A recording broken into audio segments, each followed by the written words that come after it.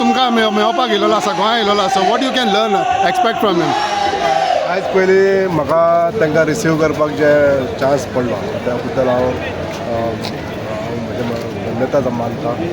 आनी आयज राष्ट्रीय अध्यक्ष जे नवीन जाल्ले आसा त्यांच्या फुडारपणान जे संबंद देशभर भारतीय जनता पार्टीचें काम आनीक नेटान चलतलें आनी ते तरूण आसल्या कारणान तांकां तरुणांक तेंच्यांनी जास्त प्राधान्य दिल्लें आसा आनी तांकां फुडें घेवन वचपाचें तेंचें ध्येय आसा.